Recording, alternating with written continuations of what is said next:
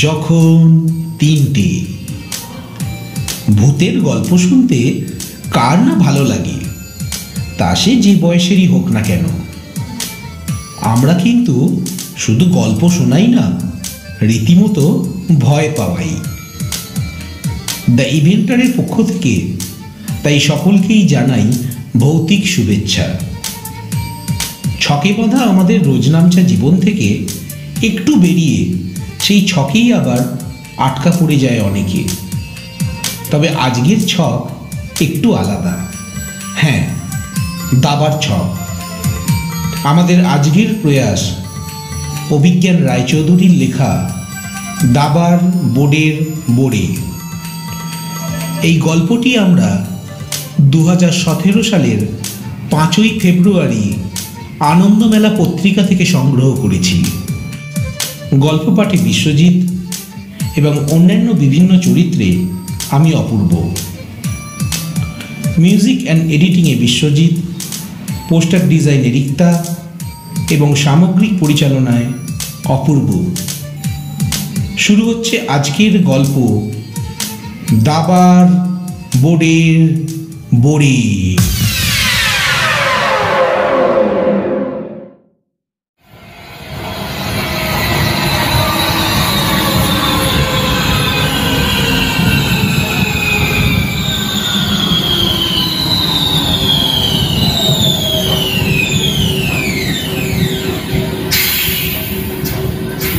লোকটা মেট্রো থেকে নামার সময় যেন আমার গায়ের মধ্যে দিয়ে চলে গেল।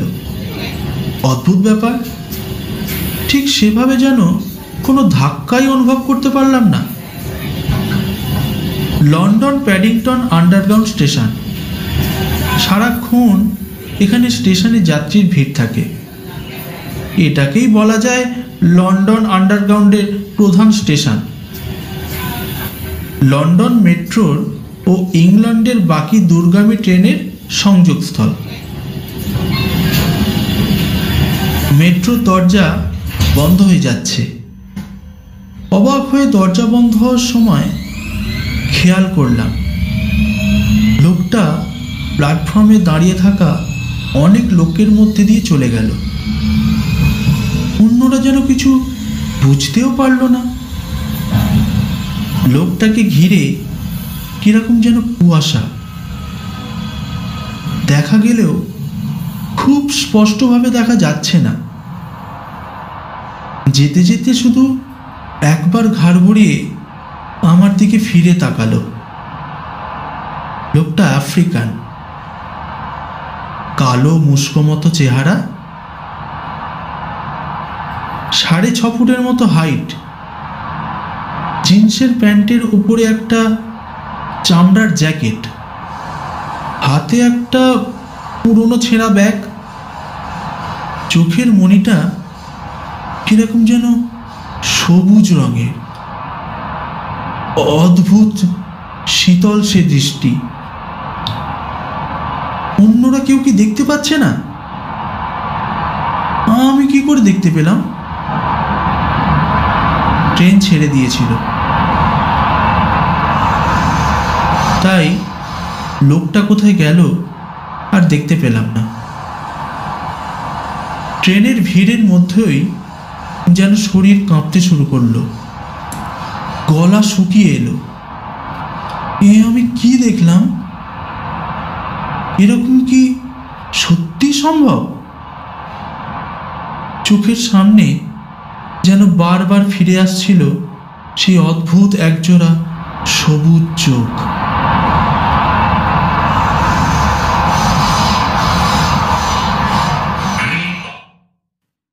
এর পরের ঘটনাটা ঘটল ঠিক 3 দিন বাদে। বন্ধুদের সঙ্গে অফিসের পরে সন্ধ্যে 7টা নাগাদ একটা রেস্তোরাঁয় খেতে গিয়েছিলাম। লন্ডনের ভিক্টোরিয়া পার্ক এলাকায় একটা নামকরা রেস্তোরাঁ। এখান থেকে রানীর বাকিংহাম প্যালেসও বেশি দূরে নয়। হঠাৎ খেয়াল করলাম দরজাটা দিয়ে এক মাঝবয়সী মহিলা এসে ঢুকলো। চোখে পড়ার মতো সুন্দরী।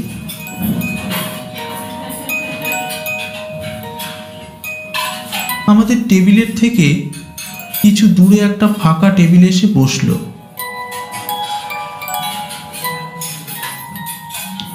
সোনালি চুল, গায়ে একটা ভেলভেটের নীল রঙের লং ড্রেস। একেও যেন স্পষ্ট দেখা যাচ্ছে না, একেও ঘিরে কুয়াশা। রেস্তোরাঁয় বেশি আলো ছিল না, তার মধ্যেও লক্ষ্য করলাম এরও চোখের রং সবুজ। একবার চোখাচোখি হতে মুচকি হাসল। কোনো খাবারের অর্ডার দিল না, চুপচাপ বসে রইল, যেন আমাকেই দেখার জন্য এখানে এসেছে। যারা খাবারের অর্ডার নিচ্ছিল তারাও কেউ মেয়েটাকে যেন লক্ষ্য করছিল না। খানিক বাদে 5 জনের একটা গ্রুপ এসে ওই টেবিলে বসলো। মেয়েটা তখনই উঠে বেরিয়ে গেল। বুঝলাম কেউ ওকে দেখতে পায়নি।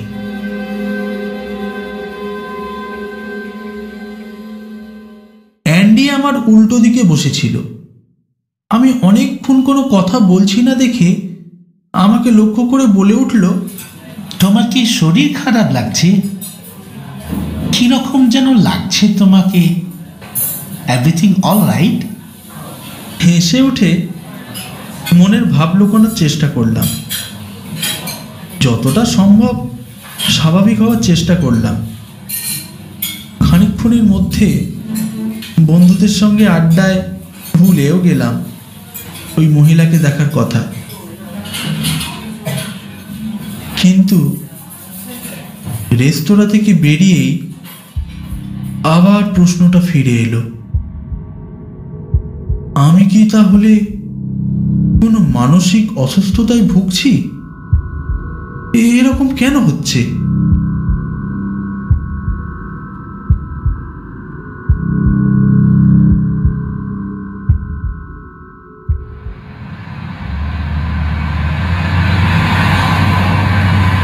পরের দিন মেট্রো থেকে বেরিয়ে অফিসের দিকে যাচ্ছি।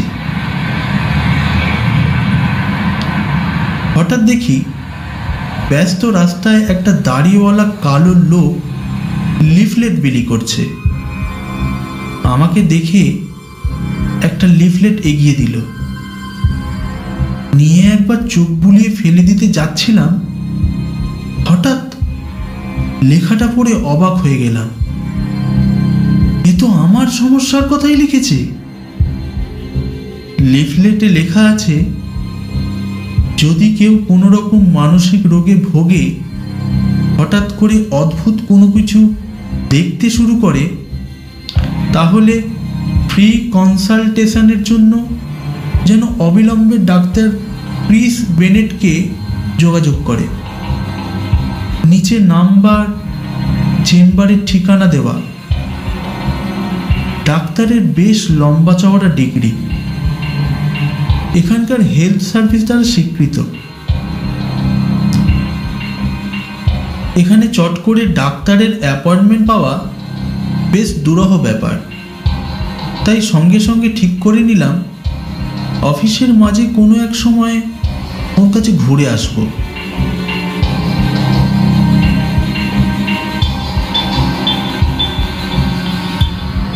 যেদিন গেলাম ডাক্তারের চেম্বারে, সেদিন বেশ কয়েকজন রোগী ছিল, কিন্তু তাদের মধ্যেই দেখলাম ঠিক একই রকম কুয়াশায় ঘেরা একটা লোক বসে আছে। গায়ে একটা দামি লেদারের লং কোট, মাথায় হ্যাট, দেখার মতো তাকড়ায় গোঁফ। ভাবলাম একবার কাছে গিয়ে দেখি, কথা বলার চেষ্টা করি, কিন্তু সাহসে কুলোলো না। আর চোখে দেখলাম লোকটা আমার দিকে সবুজ চোখে তাকিয়ে আছে।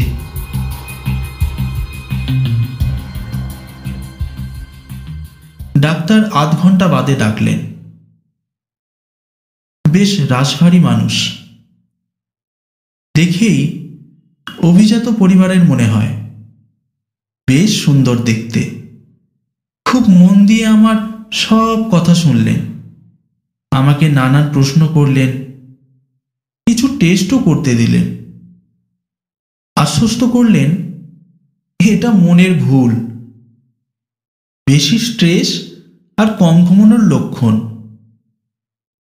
বাইরে বসা লোকটার কথা ডাক্তারকে বলবো কি বলবো না ভেবে শেষে আর বলা হলো না। উনি তো দেখতে পাবেন না, ওরা কি আমাকে কিছু বলতে চায়?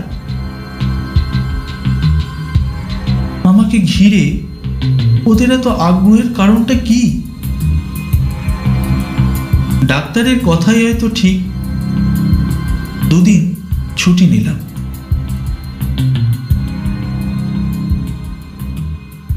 বাড়িতে বেশ খানিকক্ষণ ঘুমিয়ে কাটালাম। আমি রান্না করতে খুব ভালোবাসি।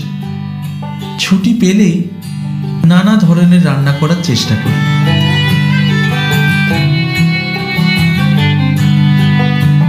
এটা খানিকটা আমার নেশার মতো। আর বলতে নেই, বেশ ভালোই রান্না করি।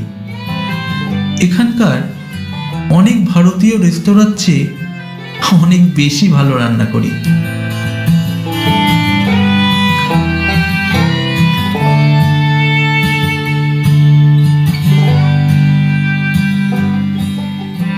দুদিন বেশ আরামে কাটিয়ে অফিসে ফের যোগ দিলাম। কয়েকদিন পরের ঘটনা, সেটা বোধহয় শুক্রবার ছিল। আমি ব্রিটিশ লাইব্রেরি এসেছি। এখানে আমি নিয়মিতই আসি।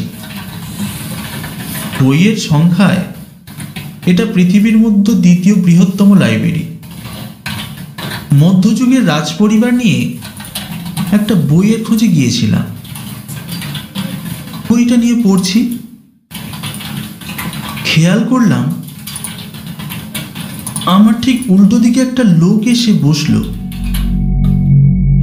লোকটার মাথার সামনের দিকে চুল নেই, বড় টাক, দুপাশে আর মাথার পিছনের দিকে গোল করে ঘিরে সোনালি চুল, ভোঁতা মতো নাক, চওড়া ভুরু, ছোট ছোট কুতকুতে চোখ।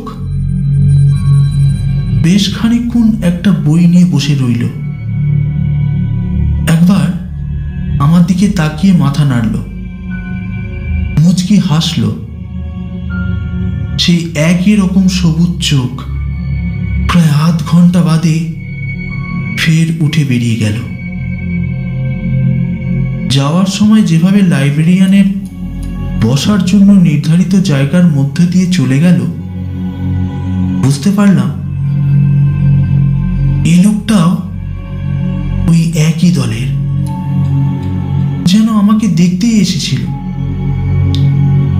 এতদিন বাড়ির কাউকে এসব কথা জানাইনি। সেদিন আমার স্ত্রীকে বললাম, বুঝলে আমার একটা কিছু অসুবিধা হচ্ছে। ও হেসে উড়িয়ে দিল। বেশি আর কিছু বললাম না। এই উপলব্ধি কাউকে বোঝানো সম্ভব নয়,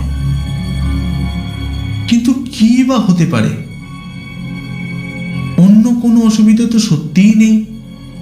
দিব্যি আছি, অফিস করছি, রোজ সকালে হাইড পার্কে দৌড়াচ্ছি, দিব্যি ফিট।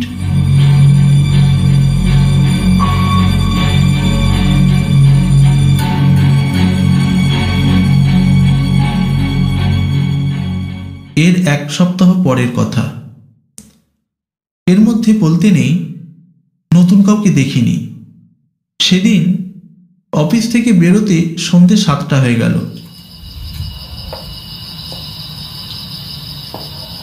আমার অফিসটা লন্ডনের হাই স্ট্রিট কেনসিংটনের পাশে এক অভিজাত পাড়ায়।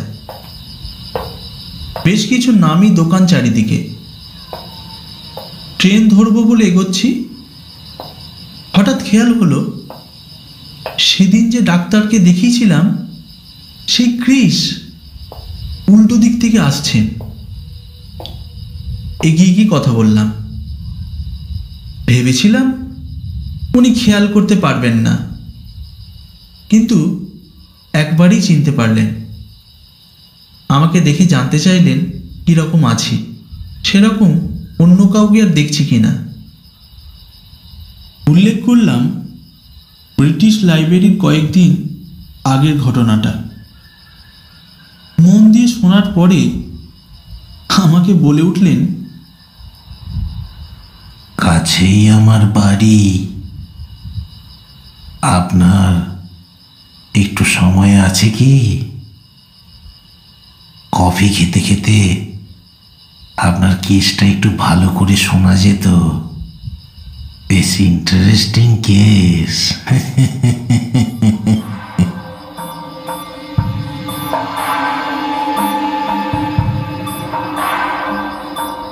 এই বলে উনি রাস্তা পার হয়ে উল্টো দিকে চলে গেলেন।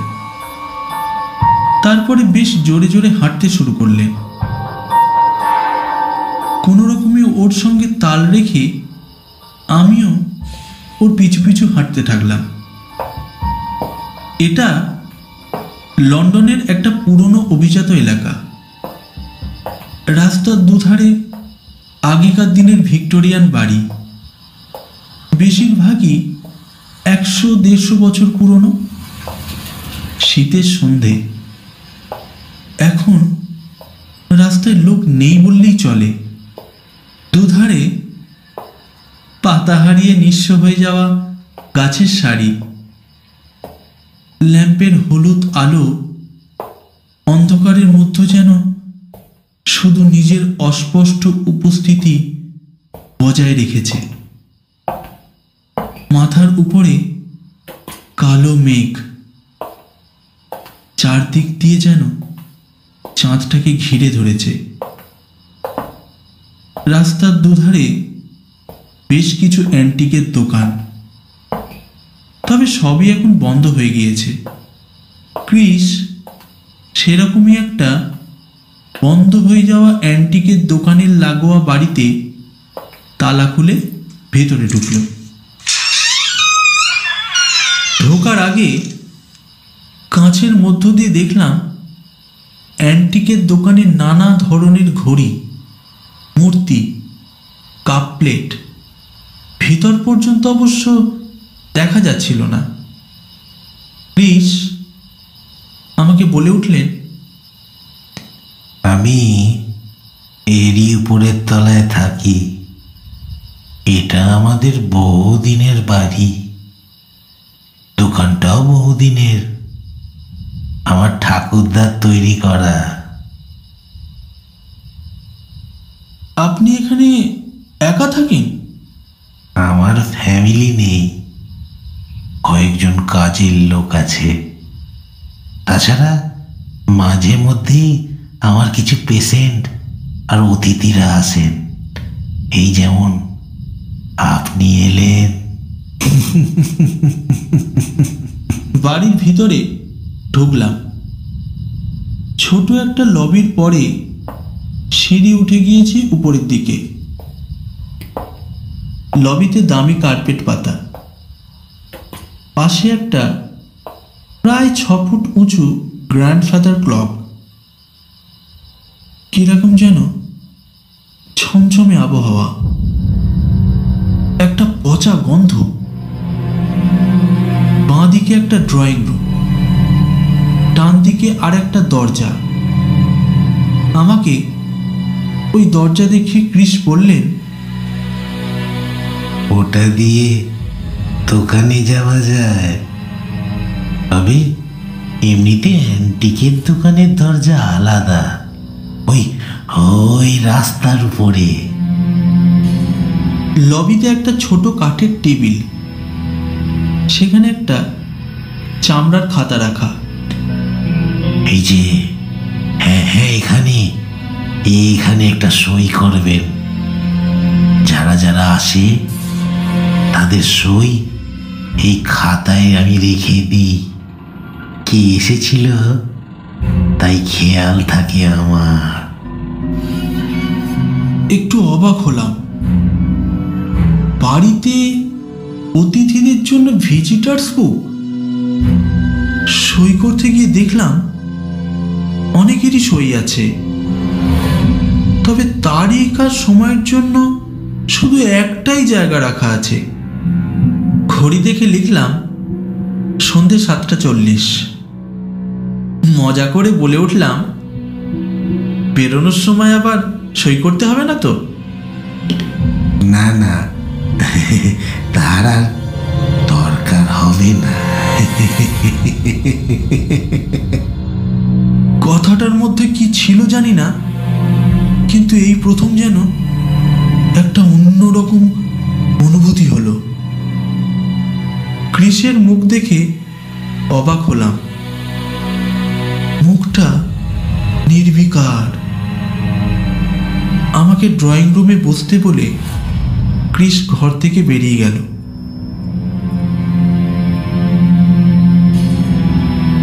বড় ড্রয়িং রুম, একদিকে ফায়ারপ্লেস, যদিও সেটা বন্ধ আছে। বিশাল লেদার সোফা, মাঝখানে একটা কারুকার্য করা টেবিলের উপর বড় একটা দামি কাঠের দাবার বোর্ড। বোর্ডের ঘুঁটিগুলো দেখতে ভারী অদ্ভুত। রাজা, রানী, ঘোড়া, গজ, বড়ি, সবই এক একটা মানুষের মুখ। প্রত্যেকটা প্রায় 8 ফুট মতো উঁচু। আর সেই মানুষের মুন্ডুগুলোর উপরে কাঠের কাজ, যেন মুকুট দেখে বোঝা যাচ্ছে যে সেটা রাজার। সে মুখগুলো এত নিখুঁতভাবে করা যে দেখে বোঝাই যায় এই বোর্ড কোনো সাধারণ বোর্ড নয়, বেশ দামি। অবাক হয়ে সবকটা গুটি নেড়ে চেড়ে দেখছি। এর মধ্যে একটা লোক কফি নিয়ে ঢুকলো। লোকটার কাছ থেকে কফিটা নিয়ে ধন্যবাদ জানাতে গিয়ে চমকে উঠলাম। এই তো সেই ব্রিটিশ লাইব্রেরিতে দেখা লোকটা। সামনে বড় টাক, 3 ধার দিয়ে পাকা চুলে যেন পাহাড়ে ঘেরা উপত্যকা। সেই ছোট ছোট চোখ দুটো আমার দিকে তাকিয়ে আছে আর মুচকি মুচকি হাসছে। লোকটাকে ঘিরে সে একই রকম কুয়াশা। মুখটা যেন শরীর থেকে আলাদা হয়ে অন্ধকারে ভাসছে। আমি চমকে উঠে কিছু বলার আগেই আবার ঘরে ক্রিস ফিরে এলেন। বলে উঠলেন, রবার্টকে আপনি আগেই দেখেছেন, তাই তো? ওই আপনার লাস্ট রাউন্ড ইন্টারভিউ নিয়েছে যে। মানে? অবাক হয়ে উঠলাম। ক্রিস হেসে উঠে সামনের সোফায় বলে উঠলেন, বুঝিয়ে বলছি। কি আপনি কাঁপছেন মনে হচ্ছে? ঠান্ডা লাগছে নাকি? একটু থেমে ফের বলে উঠলেন, বেবি, ওর জন্য ফ্রুট কেক নিয়ে এসো। রবার্ট, ফায়ার প্লেসটা চালিয়ে দাও। আমার হাত ঠান্ডা হয়ে আসছিল। ক্রিসের পেছনে দেওয়ালে আটকানো হারিকেনের শেপের ল্যাম্পের আলোটা যেন দুলছিল। বাতাস ভারী লাগছিল, পা যেন অবশ হয়ে গিয়েছিল। চেষ্টা করেও উঠতে পারছিলাম না। এর মধ্যে এক একজন মহিলা এসে ঢুকলো, হাতে একটা ট্রে নিয়ে। টেবিলের উপরে ট্রেটা রেখে ওই মহিলা আমার দিকে তাকালো। সে যেন রক্ত জল হয়ে যাওয়া দৃষ্টি। মুহূর্তে বুঝতে পারলাম কেউ আমি দেখেছি সেদিন সেদিন সেই সেই রেস্তোরাঁয়। সেদিনের সেই মহিলা, এত সুন্দর দেখতে এক মহিলার মুখ যে এরকম ভীতিপ্রদ হতে পারে আমি তা কল্পনাও করতে পারিনি। বোঝানো সম্ভব নয়, সে কথা বোঝানো সম্ভব নয়। এর চোখও সেদিনের মতো সবুজ।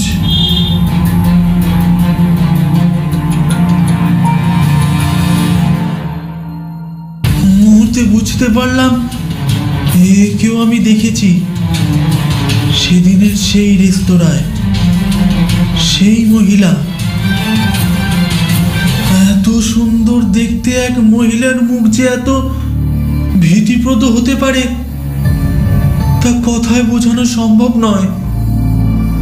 চোখের সবুজ দৃষ্টি যেন পাথরের মতো স্থির, কোনো অনুভূতি যেন তাতে নেই।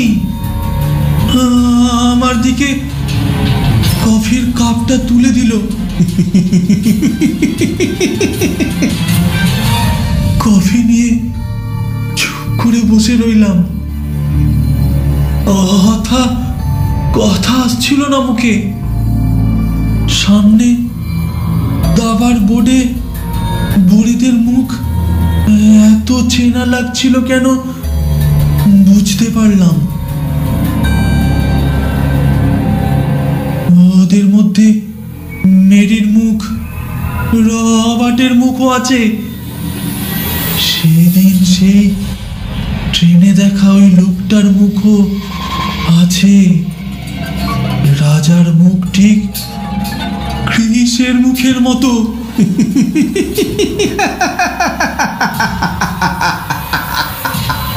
কফিটার দিকে লক্ষ্য করে ক্রিস বলে উঠলেন, কফি ঠান্ডা হয়ে যাচ্ছে যে, খেয়ে নিন। আচ্ছা, একটা কথা তাহলে বলেই দিই। বাইরের খাতায় এদের সইও পাবেন। ওরাও আপনার মতোই এখানে এসেছিল, আর তারপর বুঝতেই তো পারছেন কি হয়েছে।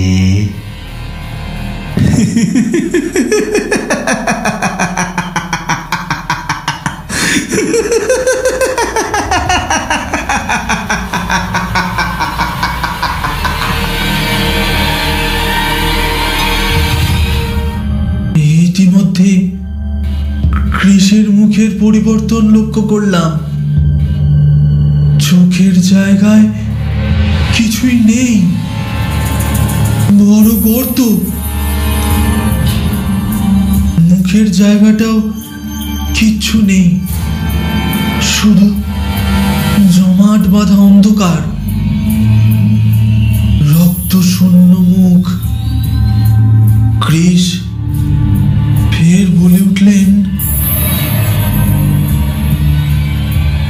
কি হলো? কফিটা খেয়ে নিন।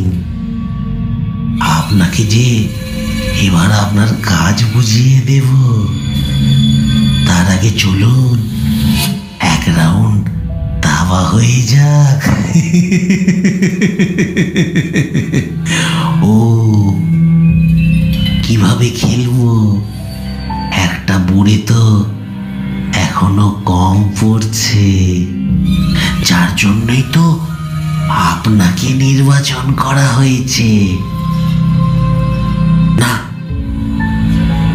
একদম নির্বাচন ঠিক, আপনাকে ভালোই মানাবে। জেমস পালিয়ে যাওয়ার পর থেকে একটা গুটি কম পড়ে গিয়েছিল যে।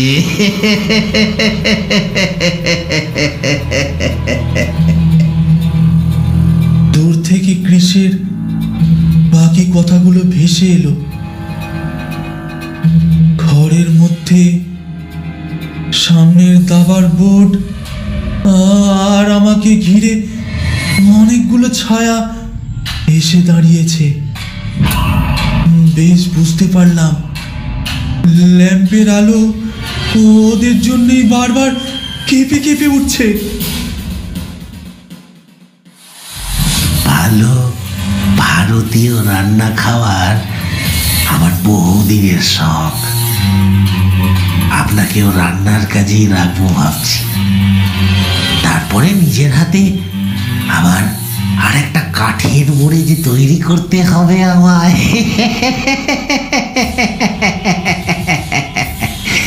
এখন যেমন এই চুপ করে বসে আছেন, সেরকম ভাবেই বসে থাকতে হবে। নিশ্চয়ই বুঝতে পারছেন, হ্যাঁ নিশ্চয়ই বুঝতে পারছেন কেন আপনি ওদের দেখতে পাচ্ছিলেন।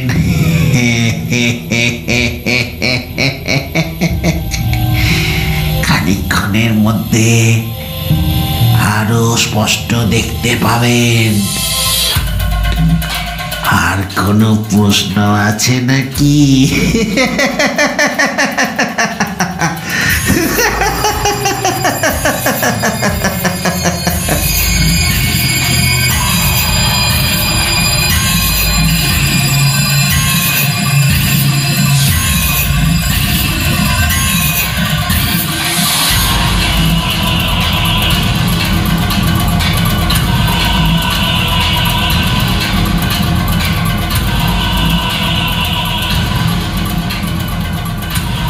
শেষ হলো আজকের গল্প। কেমন লাগলো তা অবশ্যই কমেন্ট বক্সে লিখে জানান। আর যদি ভালো লেগে থাকে তাহলে লাইক করবেন এবং শেয়ার করবেন আপনার পরিচিত বন্ধুবান্ধবদের কাছে। আপনি যদি এই চ্যানেলে নতুন হয়ে থাকেন তাহলে অবশ্যই দ্য ইভেন্টার ইউটিউব চ্যানেলটি সাবস্ক্রাইব করে পাশে থাকা বেল আইকনটি প্রেস করবেন, যাতে সকলের আগে আপনার কাছে নোটিফিকেশনটি পৌঁছে যায়।